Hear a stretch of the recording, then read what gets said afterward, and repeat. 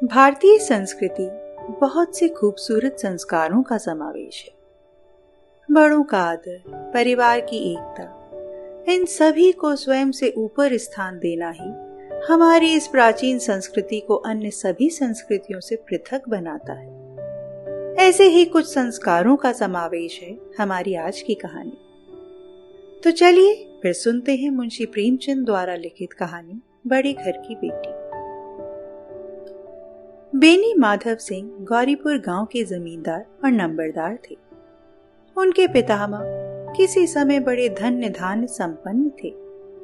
गांव का पक्का तालाब और मंदिर, जिनकी अब मरम्मत भी मुश्किल थी, उन्हीं के कीर्ति स्तंभ थे। कहते हैं इस दरवाजे पर हाथी झूमता था। अब उसकी जगह एक बूढ़ी भैंस थी, जिसके शरीर में अस्थि पंजर के सिवा और कुछ शेष न रहा था, पर दूध शायद बहुत देती थी, क्योंकि एक न एक आदमी हांडी लिए उसके सिर पर सवार ही रहता था। बेनी माधव सिंह अपनी आधी से अधिक संपत्ति वकीलों को भेंट कर चुके थे। उनकी वर्तमान आय 1000 रुपए वार्षिक से अधिक न थी। ठाकुर साहब के 2 बेटे थे। बड़े का नाम श्रीकंठ सिंह था। उसने बहुत दिनों के परिश्रम और उद्योग के बाद बीए की डिग्री प्राप्त की थी। अब एक दफ्तर में नौकर था। छोटा लड़का लाल बिहारी सिंह दोहरे बदन का सजीला जवान था। भरा हुआ मुखड़ा, चौड़ी छाती, भैंस का 2 सेर ताजा दूध वह उठकर सवेरे पी जाता था। श्रीकंठ सिंह की दशा बिल्कुल विपरीत थी। इन नेत्र प्रिय गुणों को उन्होंने बीए इन्हीं 2 अक्षरों पर न्यौछावर कर दिया था। इन 2 अक्षरों ने उनके शरीर को निर्बल और चेहरे को कांतिहीन बना दिया था। इसी से वैद्यक ग्रंथों पर उनका विशेष प्रेम था। आयुर्वेदिक औषधियों पर उनका अधिक विश्वास था। शाम सवेरे उनके कमरे में प्राय खरल की सुरीली कर्ण मधुर ध्वनि सुनाई दिया करती थी। लाहौर और कलकत्ते के वैद्यों से बड़ी लिखा पढ़ी रहती थी। श्रीकंठ इस अंग्रेजी डिग्री के अधिपति होने पर भी अंग्रेजी सामाजिक प्रथाओं के विशेष प्रेमी ना थे, बल्कि वे बहुधा बड़े जोर से उसकी निंदा और तिरस्कार किया करते थे। इसी से गांव में उनका बड़ा सम्मान था। दशहरे के दिनों में वे बड़े उत्साह से रामलीला में सम्मिलित होते और स्वयं किसी न किसी पात्र का पाठ लेते थे। गौरीपुर में रामलीला के वही जन्मदाता थे। प्राचीन हिंदू सभ्यता का गुणगान उनकी धार्मिकता का प्रधान अंग था।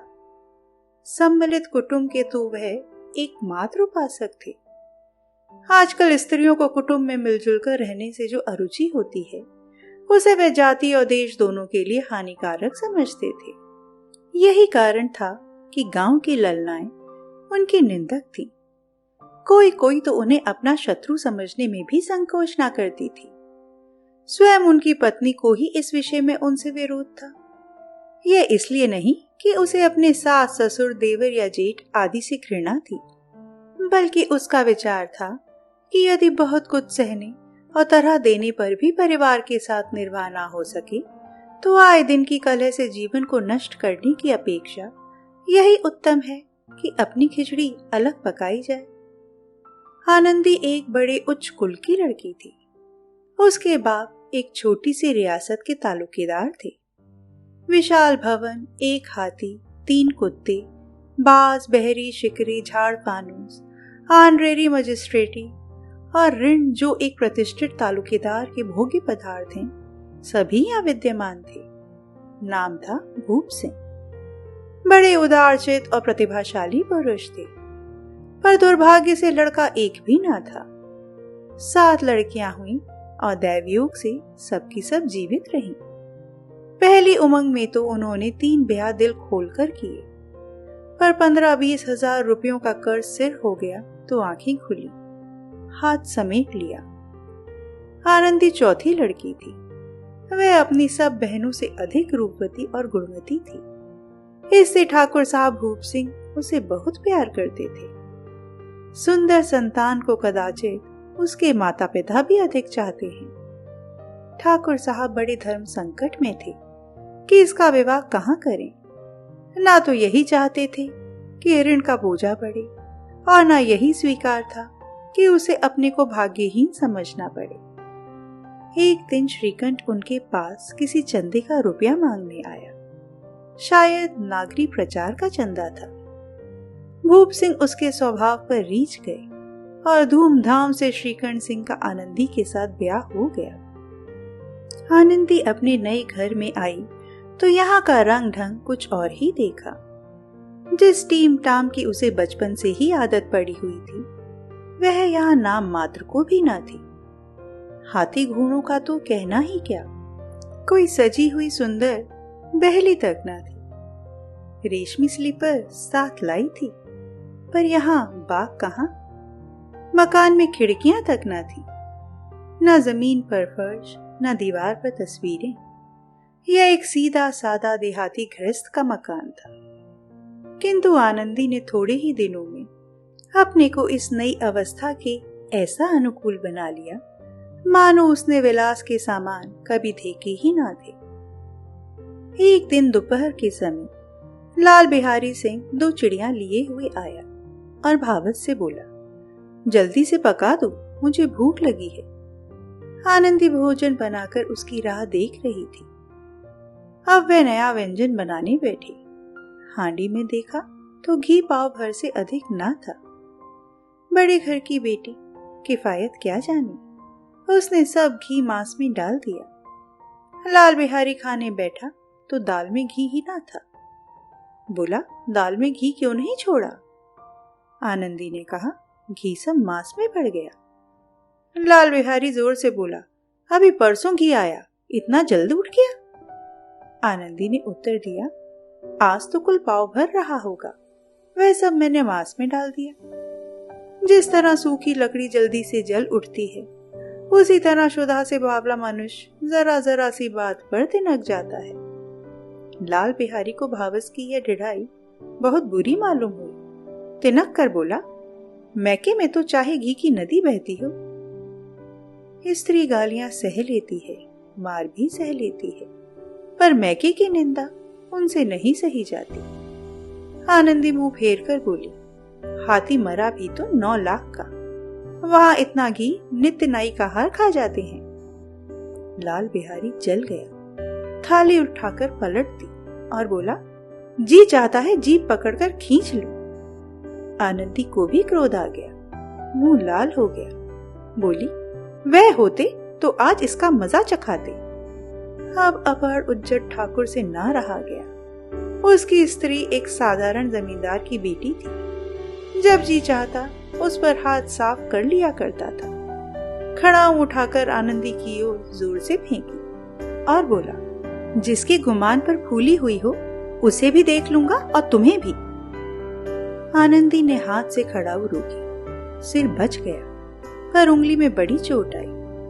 क्रोध के मारे हवा में हिलते पत्ते की भांति कांपती हुई वह अपने कमरे में आकर खड़ी हो गई। स्त्री का बल और साहस, मान और मर्यादा पति तक है। उसे अपने पति के ही बल और पुरुषत्व का घमंड होता है। आनंदी खून का घूंट पीकर रह गई। श्रीकंठ सिंह शनिवार को घर आया करते थे। बृहस्पति को यह घटना हुई थी। 2 दिन तक आनंदी को भवन में रही, ना कुछ खाया ना पिया, उनकी बाट देखती रही। अंत में शनिवार को वे नियामकुल संध्या समय घर आए और बाहर बैठकर कुछ इधर उधर की बातें, कुछ देश काल संबंधी समाचार तथा कुछ नए मुकदमों आदि की चर्चा करने लगे। यह वार्तालाप 10 बजे रात तक होता रहा। गांव के भद्र पुरुषों को इन बातों में ऐसा आनंद मिलता था कि खाने पीने की भी सुधि न रहती थी। श्रीकंठ को पिंड छुड़ाना मुश्किल हो जाता था। ये 2-3 घंटे आनंदी ने बड़े कष्ट से काटे। किसी तरह भोजन का समय आया, पंचायत उठी। एकांत हुआ तो लाल बिहारी ने कहा, भैया आप जरा भाभी को समझा दीजिएगा कि मुंह संभाल कर बातचीत किया करें, नहीं तो एक दिन अनर्थ हो जाएगा। बेनी माधव सिंह ने बेटे की ओर साक्षी दी। हाँ, बहु बेटियों का यह स्वभाव अच्छा नहीं कि मर्दों के मुंह लगे। लाल बिहारी, वह बड़े घर की बेटी हैं, तो हम भी कोई कुर्मी कहार नहीं है। श्रीकंठ ने चिंतित स्वर में पूछा, आखिर बात क्या हुई? लाल बिहारी, कुछ भी नहीं, यूं ही आप उलझ पड़ी। मैके के सामने हम लोगों को कुछ समझती ही नहीं। श्रीकंठ खा पीकर आनंदी के पास गए। वह भरी बैठी थी। यह हजरत भी कुछ तीखे थे। आनंदी ने पूछा, चित्त तो प्रसन्न है? श्रीकंठ बोले, बहुत प्रसन्न है, पर तुमने आजकल घर में यह क्या उपद्रव मचा रखा है? आनंदी की त्योरियों पर बल पड़ गए। झुंझलाहट के मारे बदन में ज्वाला सी दहक उठी। बोली, जिसने ये आग लगाई है उसे पाऊं तो मुंह झुलस दूं। श्रीकंठ, इतनी गर्म क्यों होती हो? बात तो कहो। आनंदी, क्या कहूं? यह मेरे भाग्य का फेर है। नहीं तो गंवार छोकरा, जिसको चपरासीगिरी करने का भी शऊर नहीं, मुझे खड़ाऊं से मारकर यूं ना करता। श्रीकंठ, सब हाल साफ साफ कहो तो मालूम हो, मुझे तो कुछ पता नहीं। आनंदी, परसों तुम्हारे लाडले भाई ने मुझसे मांस पकाने को कहा। घी हांडी में पाव भर से अधिक ना था। वह सब मैंने मांस में डाल दिया। जब खाने बैठा तो कहने लगा, दाल में घी क्यों नहीं है? बस इसी पर मेरे मैके को बुरा भला कहने लगा। मुझसे ना रहा गया। मैंने कहा कि वहां इतना घी तो नाई कहार खा जाते हैं और किसी को जान भी नहीं पड़ता। बस इतनी सी बात पर उस अन्यायी ने मुझ पर खड़ाऊ फेंक मारी। यदि हाथ से ना रोक लूं तो सिर फट जाए। उसी से पूछो मैंने जो कुछ कहा है वह सच है या झूठ? श्रीकंठ की आंखें लाल हो गई। यहां तक हो गया इस छोकरे का यह साहस? आनंदी स्त्रियों के स्वभाव अनुसार रोने लगी, क्योंकि आंसू उनकी पलकों पर रहते हैं। श्रीकंठ बड़े धैर्यवान और शांत पुरुष थे। उन्हें कदाचित ही कभी क्रोध आता था। स्त्रियों के आंसू पुरुषों की क्रोधाग्नि भड़काने में तेल का काम देते हैं। रात भर करवटें बदलते रहे। उद्विग्नता के कारण पलक तक नहीं झपकी। प्रातःकाल अपने बाप के पास जाकर बोली, दादा, अब इस घर में मेरा निर्वाह ना होगा। इस तरह की विद्रोहपूर्ण बातें कहने पर श्रीकंठ ने कितनी ही बार अपने कई मित्रों को आड़े हाथों लिया था, परंतु दुर्भाग्य, आज उन्हें स्वयं वे ही बातें अपने मुंह से कहनी पड़ी। दूसरों को उपदेश देना भी कितना सहज है। बेनी माधव सिंह घबरा उठे और बोले, क्यों? श्रीकंठ, इसलिए कि मुझे भी अपनी मान प्रतिष्ठा का कुछ विचार है। आपके घर में अब अन्याय और हठ का प्रकोप हो रहा है। जिनको बड़ों का आदर सम्मान करना चाहिए वे उनके सिर चढ़ते हैं। मैं दूसरे का नौकर ठहरा घर पर रहता नहीं। यहाँ मेरे पीछे स्त्रियों पर खड़ाऊ और जूतों की बौछारें होती हैं। कड़ी बात तक चिंता नहीं, कोई एक की कहो दो कह ले, वहां तक मैं सह सकता हूँ, किंतु यह कदापि नहीं हो सकता कि मेरे ऊपर लात घूसे पड़े और मैं दम ना मारूं। बेनी माधव सिंह कुछ जवाब ना दे सके। श्रीकंठ सदैव उनका आदर करते थे। उनके ऐसे तेवर देखकर बूढ़ा ठाकुर अवाक रह गया। केवल इतना ही बोला, बेटा, तुम बुद्धिमान होकर ऐसी बातें करते हो? स्त्रियां इस तरह घर का नाश कर देती हैं। उनको बहुत सिर चढ़ाना अच्छा नहीं। श्रीकंठ, इतना मैं जानता हूं, आपके आशीर्वाद से ऐसा मूर्ख नहीं हूं। आप स्वयं जानते हैं कि मेरे ही समझाने बुझाने से इसी गांव में कई घर संभल गए। पर जिस स्त्री की मान प्रतिष्ठा का ईश्वर के दरबार में उत्तरदाता हूं, उसके प्रति ऐसा घोर अन्याय और पशुवत व्यवहार मुझे असह्य है।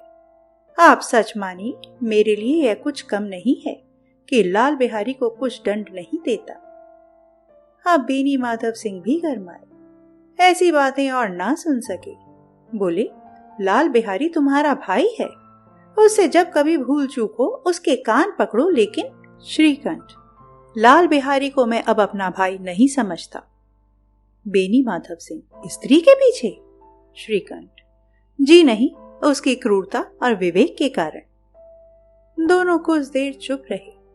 ठाकुर साहब लड़के का क्रोध शांत करना चाहते थे, लेकिन यह नहीं स्वीकार करना चाहते थे कि लाल बिहारी ने कोई अनुचित काम किया है। इस बीच में गांव के और कई सज्जन हुक्के चिलम के बहाने वहां आ बैठे। कई स्त्रियों ने जब यह सुना कि श्रीकंठ पत्नी के पीछे पिता से लड़ने को तैयार हैं, तो उन्हें बड़ा हर्ष हुआ। दोनों पक्षों की मधुर वाणियां सुनने के लिए उनकी आत्माएं तिलमिलाने लगी। गांव में कुछ ऐसे कुटिल मनुष्य भी थे जो इस कुल की नीतिपूर्ण गति पर मन ही मन जलते थे। वे कहा करते थे, श्रीकंठ अपने बाप से दबता है इसलिए वह दब्बू है, उसने विद्या पढ़ी इसलिए वह किताबों का कीड़ा है। बेनी माधव सिंह उसकी सलाह के बिना कोई काम नहीं करते, वह उनकी मूर्खता है। इन महानुभावों की शुभकामनाएं आज पूरी होती दिखाई दी।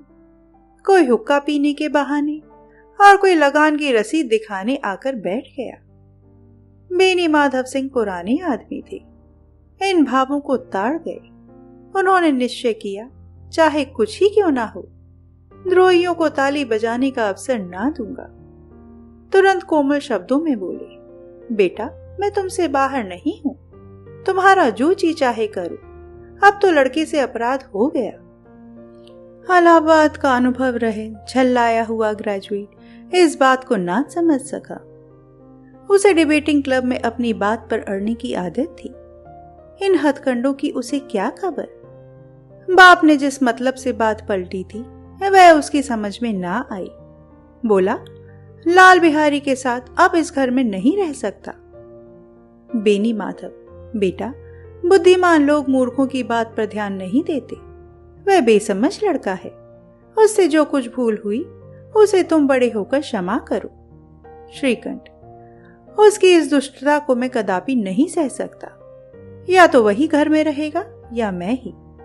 आपको यदि वह अधिक प्यारा है तो मुझे विदा कीजिए, मैं अपना भार आप संभाल लूंगा। यदि मुझे रखना चाहते हैं तो उसे कहिए, जहां चाहे चला जाए, बस यह मेरा अंतिम निश्चय है। लाल बिहारी सिंह दरवाजे की चौखट पर चुपचाप खड़ा बड़े भाई की बातें सुन रहा था। वह उनका बहुत आदर करता था। उसे कभी इतना साहस ना हुआ था कि श्रीकंठ के सामने चारपाई पर बैठ जाए, हुक्का पी ले या पान खा ले। बाप का भी वह इतना मान ना करता था। श्रीकंठ का भी उस पर हार्दिक स्नेह था। अपने होश में उन्होंने कभी उसे घुड़का तक ना था। जब वह इलाहाबाद से आते तो उसके लिए कोई ना कोई वस्तु अवश्य लाते। मुकद्दर की जोड़ी उन्होंने ही बनवा दी थी। पिछले साल जब उसने अपने से ड्योड़े जवान को नाग पंचमी के दिन दंगल में पछाड़ दिया तो उन्होंने पुलकित होकर अखाड़े में ही जाकर उसे गले से लगा लिया था। 5 रुपए के पैसे लुटाए थे। ऐसे भाई के मुंह से आज ऐसी हृदय विदारक बात सुनकर लाल बिहारी को बड़ी ग्लानि हुई। वह फूट फूट कर रोने लगा। इसमें संदेह नहीं कि अपनी किए पर पछता रहा था। भाई के आने से एक दिन पहले से उसकी छाती धड़कती थी कि देखूं भैया क्या कहते हैं, मैं उनके सम्मुख कैसे जाऊंगा, उनसे कैसे बोलूंगा, मेरी आंखें उनके सामने कैसे उठेंगी। उसने समझा था कि भैया मुझे बुलाकर समझा देंगे। इस आशा के विपरीत आज उसने उन्हें निर्दयता की मूर्ति बने हुए पाया। वह मूर्ख था, परंतु उसका मन कहता था कि भैया मेरे साथ अन्याय कर रहे हैं। यदि श्रीकंठ उसे अकेले में बुलाकर 2-4 बातें कह देते, इतना ही नहीं 2-4 तमाचे भी लगा देते, तो कदाचित उसे इतना दुख ना होता। पर भाई का यह कहना कि अब मैं इसकी सूरत नहीं देखना चाहता, लाल बिहारी से सहा ना गया। वह रोता हुआ घर आया, कोठरी में जाकर कपड़े पहने, आंखें पोंछी, जिससे कोई यह ना समझे कि रोता था। तब आनंदी के द्वार पर आकर बोला, भाभी, भैया ने निश्चय किया है कि अब वह मेरे साथ इस घर में ना रहेंगे। अब वह मेरा मुंह नहीं देखना चाहते, इसलिए अब मैं जाता हूँ, उन्हें फिर मुंह ना दिखाऊंगा। मुझसे जो कुछ अपराध हुआ उसे क्षमा करना। यह कहते कहते लाल बिहारी का गला भर आया। जिस समय लाल बिहारी सिंह सिर झुकाए आनंदी के द्वार पर खड़ा था, उसी समय श्रीकंठ सिंह भी आंखें लाल किए बाहर से आए। भाई को खड़ा देखा तो घृणा से आंखें फेर ली और कतरा कर निकल गए, मानो उसकी परछाई से दूर भागते हैं। आनंदी ने लाल बिहारी की शिकायत तो की थी, लेकिन अब मन में पछता रही थी। वह स्वभाव से ही दयावती थी। उसे इसका तनिक भी ध्यान ना था कि बात इतनी बढ़ जाएगी। वह मन में अपने पति पर झुंझला रही थी कि यह इतने गर्म क्यों होते हैं। उस पर यह भय भी लगा हुआ था कि कहीं मुझसे इलाहाबाद चलने को कहें तो कैसे क्या करूंगी। इस बीच में जब उसने लाल बिहारी को दरवाजे पे खड़े यह कहते सुना कि अब मैं जाता हूँ, मुझसे जो कुछ अपराध हुआ क्षमा करना, तो उसका रहा सहा क्रोध भी पानी हो गया। वह रोने लगी। मन का मैल धोने के लिए नयन जल से उपयुक्त और कोई वस्तु नहीं है। श्रीकंठ को देखकर आनंदी ने कहा, लाला बाहर खड़े बहुत रो रहे हैं। श्रीकंठ, तो मैं क्या करूं? आनंदी, भीतर बुला लो, मेरी जीभ में आग लगे, मैंने कहां से यह झगड़ा उठाया। श्रीकंठ, मैं ना बुलाऊंगा। आनंदी, पछताओगी, उन्हें बहुत ग्लानि हो गई है, ऐसा ना हो कहीं चल दें। श्रीकंठ ना उठे। इतने में लाल बिहारी ने फिर कहा, भाभी, भैया से मेरा प्रणाम कह दो, वह मेरा मुंह नहीं देखना चाहते, इसलिए मैं भी अपना मुंह उन्हें ना दिखाऊंगा। लाल बिहारी इतना कहकर लौट पड़ा और शीघ्रता से दरवाजे की ओर बढ़ा। अंत में आनंदी कमरे से निकली और उसका हाथ पकड़ लिया। लाल बिहारी ने पीछे फिरकर देखा और आंखों में आंसू भरे बोला, मुझे जाने दो। आनंदी, कहाँ जाते हो? लाल बिहारी, जहां कोई मेरा मुंह ना देखे। आनंदी, मैं ना जाने दूंगी। लाल बिहारी, मैं तुम लोगों के साथ रहने योग्य नहीं हूं। आनंदी, तुम्हें मेरी सौगंध, अब एक पग भी आगे ना बढ़ाना। लाल बिहारी, जब तक मुझे यह ना मालूम हो जाए कि भैया का मन मेरी तरफ से साफ हो गया, तब तक मैं इस घर में कदापि ना रहूंगा। आनंदी, मैं ईश्वर को साक्षी देकर कहती हूँ कि तुम्हारी ओर से मेरे मन में तनिक भी मैल नहीं है। अब श्रीकंठ का हृदय भी पिघला। उन्होंने बाहर आकर लाल बिहारी को गले लगा लिया। दोनों भाई खूब फूट फूट कर रोए। लाल बिहारी ने सिसकते हुए कहा, भैया, अब कभी मत कहना कि तुम्हारा मुंह ना देखूंगा। इसके सिवा आप जो दंड देंगे मैं सहर्ष स्वीकार करूंगा। श्रीकंठ ने कांपते हुए स्वर में कहा, लल्लू, इन बातों को बिल्कुल भूल जाओ। ईश्वर चाहेगा तो फिर ऐसा अवसर ना आवेगा। बेनी माधव सिंह बाहर से आ रहे थे। दोनों भाइयों को गले मिलते देखकर आनंद से पुलकित हो गए। बोल उठे, बड़े घर की बेटियां ऐसी ही होती हैं, बिगड़ता हुआ काम बना लेती हैं। गांव में जिसने यह वृत्तांत सुना, उसी ने इन शब्दों में आनंदी की उदारता को सराहा। बड़े घर की बेटियां ऐसी ही होती हैं।